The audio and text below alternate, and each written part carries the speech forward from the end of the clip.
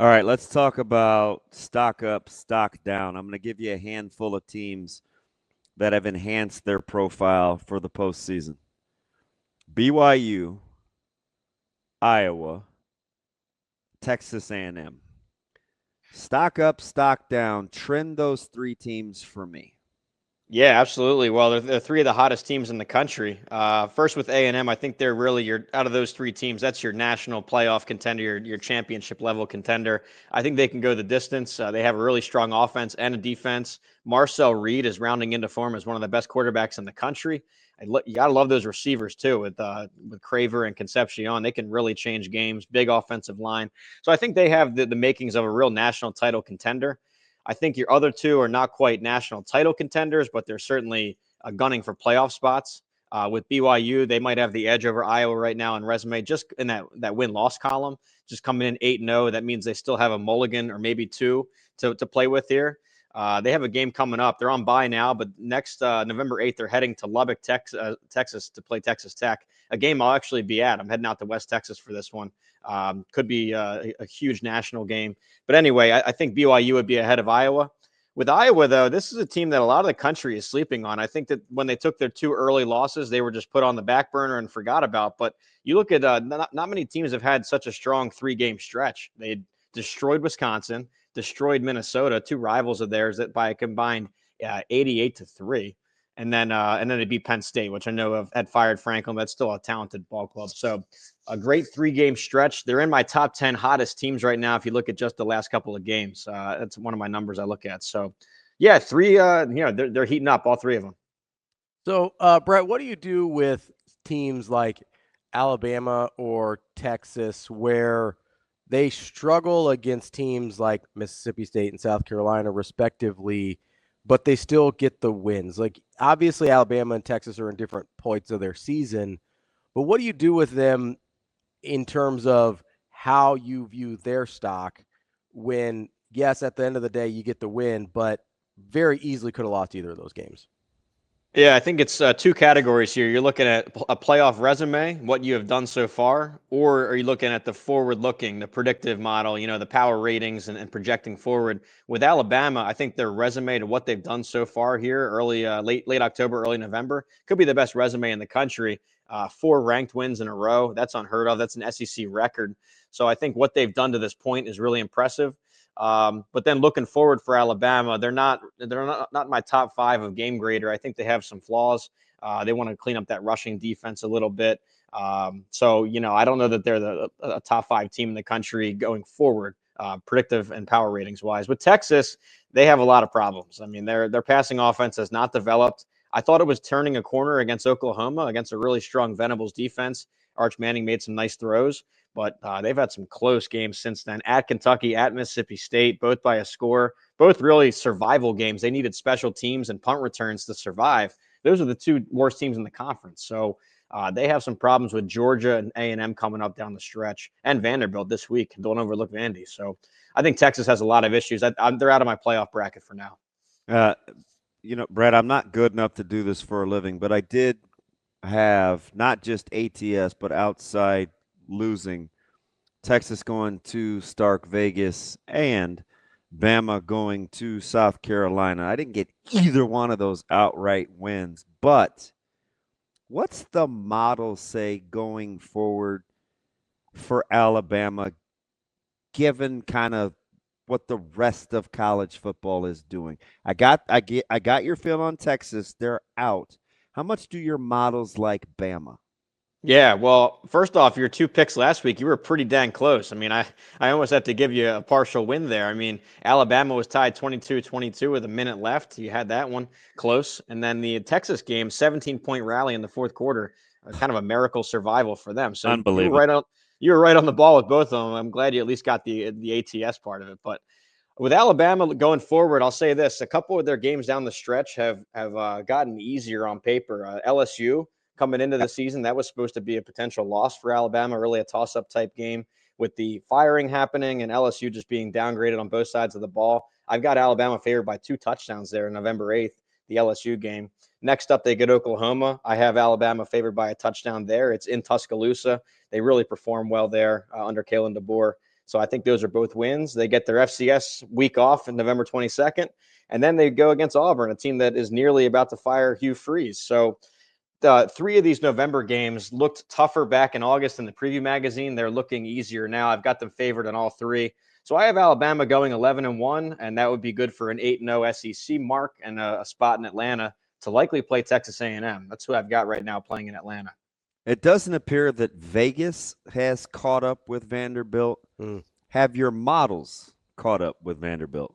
I don't think so, no. And, I've got them 18th in the country per my game grader. And I think if you look at the AP and the coaches, I think they're top 10. And they're really strong against the spread, checking in 6-2 against the spread. So you're right. Vegas has not caught up. I don't think I have either. Like here, I've got Texas favored by a touchdown Saturday. I don't know that I'd favor them a touchdown over many teams in the country right now, especially a red hot Vanderbilt. So it's one of these teams where the model goes against what you're watching on TV, and it's hard to catch up when there's such a, because they're behind in the recruiting game, their 3-year trend, a lot of the off the field stuff that you try and factor in to get a glimpse of a team, they're behind on all that. So we're trying to catch up with Vanderbilt. They're impressing everybody so far. And, it's not just Diego Pavia. We hear a lot about him, and he's a solid player. He creates in the pocket. He extends plays. But that defense limiting Missouri to 10 points, that's one of the best defensive performances of the week. I got it. Prabula got hurt, but Pavia was, for his standards in a big game, was pretty pedestrian. Yeah, so, that's why I think about it's more of a team effort with Vanderbilt. And that was early in the season, it looked like it was going to be an all-offense kind of team, but the defense has really stepped up. It's really veteran.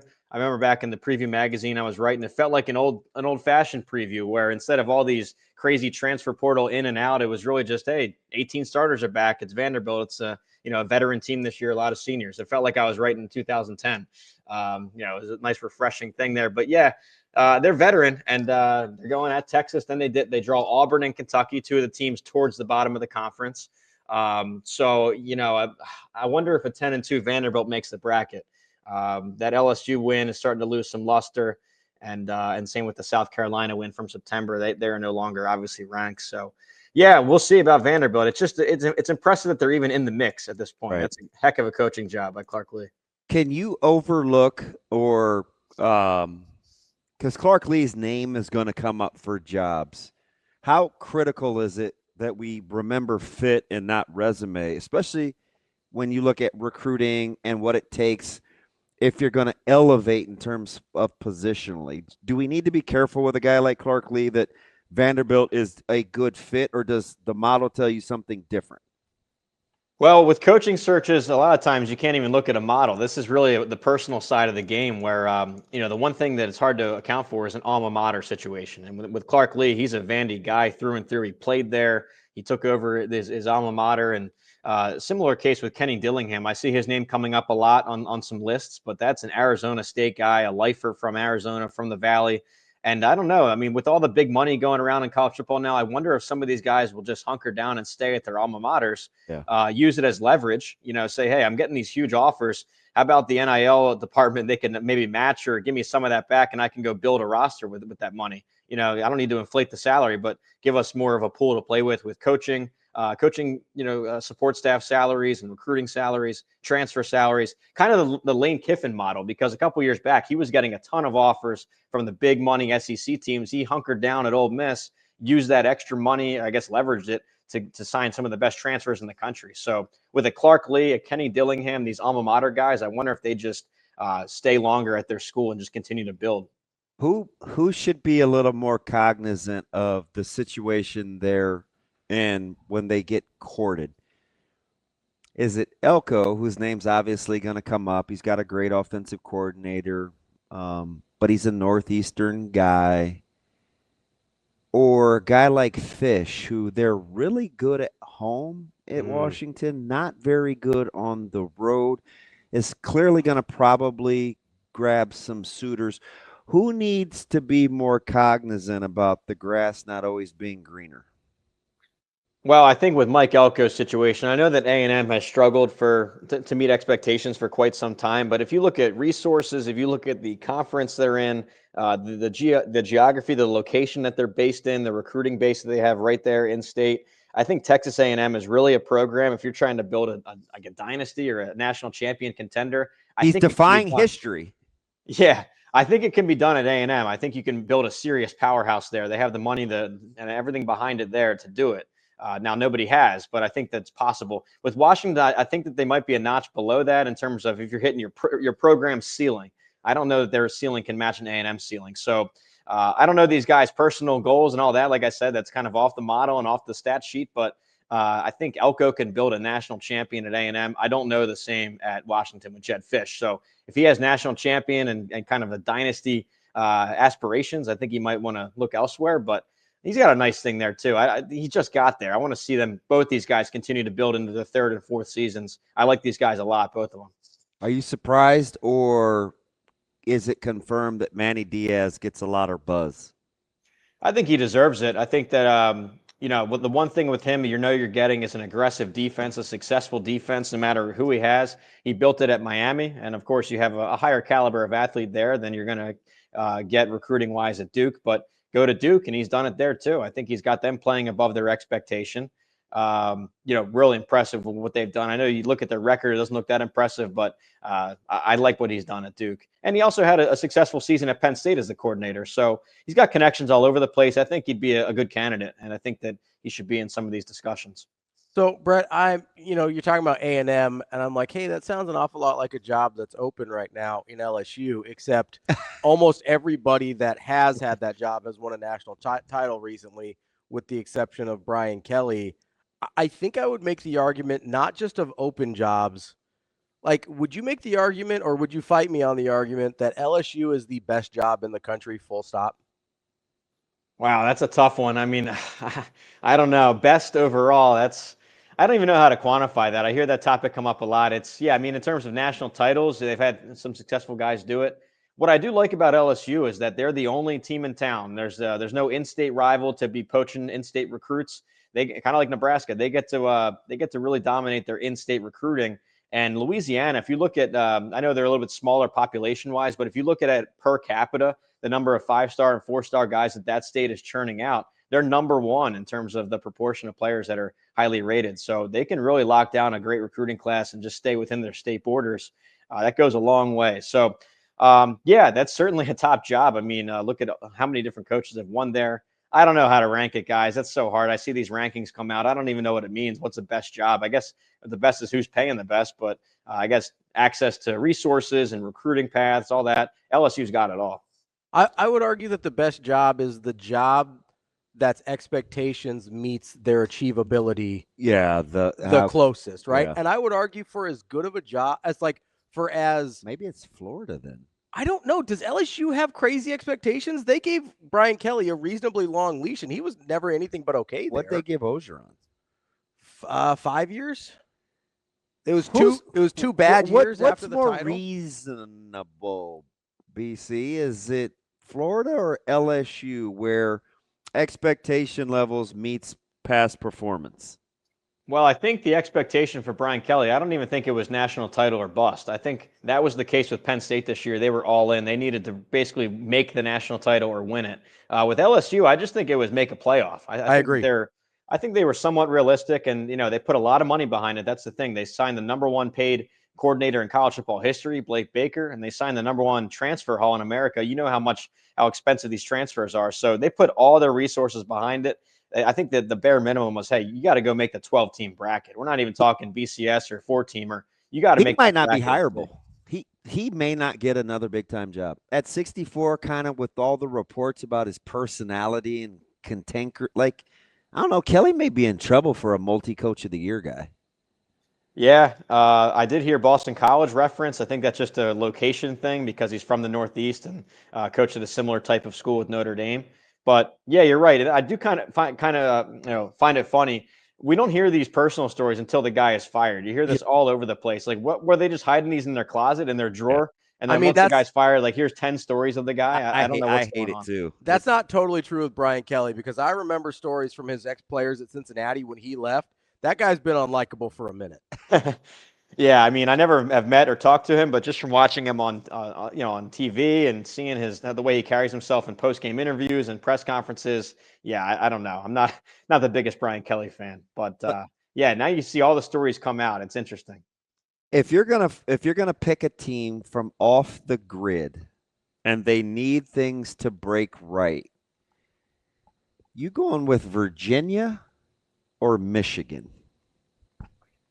Ooh, I'll say Michigan. I mean, they control their destiny right now. They can win out, and I know that entails beating Ohio State, which is going to be a huge undertaking. They've had their number recently, so I think Michigan might be the conference's, the Big Ten's best bet at a fourth playoff team. Now it requires them going perfect in November. It's going to be tough. With UVA, I just don't see it. I know they're sitting there 7-1. I think with the ACC, you have less of a mulligan card in the playoff. You almost have to go perfect too over there. And my numbers have them projected as an underdog against Duke and a slight favorite here against Cal and Wake Forest. So I think they're going to take a loss or two. So I think your best bet at an outsider playoff would be Michigan. They have the run game figured out. Their front seven is nasty. Now you want to see some development from the pass game. That'll come as a true freshman, but they at least control their path. I think that if they win out, they're in. So there was the team we were talking about earlier, Vanderbilt. Their head coach is an alum. Your models don't know what to do with them. High academic school, and got a little bit of gold in their color scheme. That also applies to Georgia Tech in every single way. Have the models caught up with the Yellow Jackets yet? Yeah, same deal. They have the dual threat quarterback, the big offensive line. They have the alum as their head coach. There's a lot of parallels here. Brent Key, Georgia Tech guy. Yeah, His name model hasn't. comes up a ton. I was gonna say with Brent Key, like, Yeah. is he another one of those guys? You're like, maybe he just sticks it out there. Same deal. I mean, he's done a phenomenal job. You got to think back to what he inherited. He inherited the Jeff Collins experience, and partially wasn't Jeff Collins' fault. What they did, they were moving on from the flex bone triple option, and that's so hard. It takes several years to rebuild, redo a roster like that, and Collins took the brunt of it. But Brent Key took over midseason a couple years back. He's been played really well, or got them playing really well, I should say. And offensive line, year in and year out, top 10 of my metrics, both the O-line run push and the pass protection. So that's the type of team I trust. They have the big O line. They have Haynes King, a veteran guy. Their play actions, I don't know if you watch their highlights of their games. When they do play action, it's so wide open because these teams are so worried about stopping King on the ground. It is fun to watch. So I like them down the stretch. I've got them favored the rest of the way until their non-conference with Georgia. Now this year it's a neutral site. It's at the Mercedes-Benz Stadium in Atlanta. About a touchdown spread right now. I've got Georgia Bulldogs favored over Tech. But still, if they take that loss, they could win their ACC title game and get the auto bid. So this week, first time of the season, I've got them into my playoff projection there on Pick 6 Plus. Yeah, it's interesting when you watch them play because you can't really play with a free safety because you have to account for the quarterback. And then it's just about winning one-on-ones. You sell that good run action, and it's like, I get it. Defensive coordinators are probably saying, we just need our guys to make a play. And Georgia Tech on offense is like, yeah, that's the whole point. Right? Like, yeah, Brent Key, he calls it 31 flavors of counter. It's like Baskin Robbins, but counter misdirection. They run counter so well. And then Haynes King, when he fakes that pitch and goes up the middle, it's like a train coming down the track. So they are impressive, and they don't make mistakes. So that's the kind of team that could be scary. So when you're kind of looking at this, I want to go to like Oregon and Iowa. Do you feel better or worse than the conversation you and I had about Oregon 2 weeks ago? Yeah. I mean, I guess you have to say worse. I mean, just coming off the Wisconsin game, it was an ugly game. They lost their quarterback for part of it. It was downpours. I know these sound like excuses. They're kind of ugly, though. Yeah. When they got into the meat of the schedule, they slowed down. Maybe this just who they are, though. Yeah, I mean, so the deal with Oregon coming into the season in the preview magazine, doing the research, it was a young team. This was I wrote in there that they were my 2026 national champions. I thought they were young, that they would grow this year, maybe make a late playoff push this year, but really round into form in 26. And they came out of the gates so hot that maybe we moved that up a year, thinking they could contend this year. I think they might take another loss down the stretch. I think USC and Washington are both really great offenses, maybe not so much defense. Iowa, the flip side of that, one of the best defenses in the country. Phil Parker's got again. Their run game has been strong. Gronowski's running the ball, not making mistakes. Their special offensive linemen that are first-round draft picks. They're pretty Oh good. yeah, elite offensive line. The return game with Weegan is incredible. They make turnovers. They convert their turnovers into points. So yeah, they have 3 really tough games coming in November. I could see them dropping one, and you wonder what a committee does with a 10-2 Oregon sitting there with, Penn State was supposed to be their marquee win. That's now no longer a team with a winning record. Their best win will probably be Iowa or USC if they were able to win either of those. So interesting with them. But yeah, I think they look a lot different than we thought in September. That's our guy, Brett Ciancia, Pick Six Previews. Brett, appreciate the time as always. We'll talk to you next week. Thanks, B. Hey, thanks for having me, guys. Good luck Husker Saturday. Appreciate it. That is Brett Ciancia from Pick Six Previews.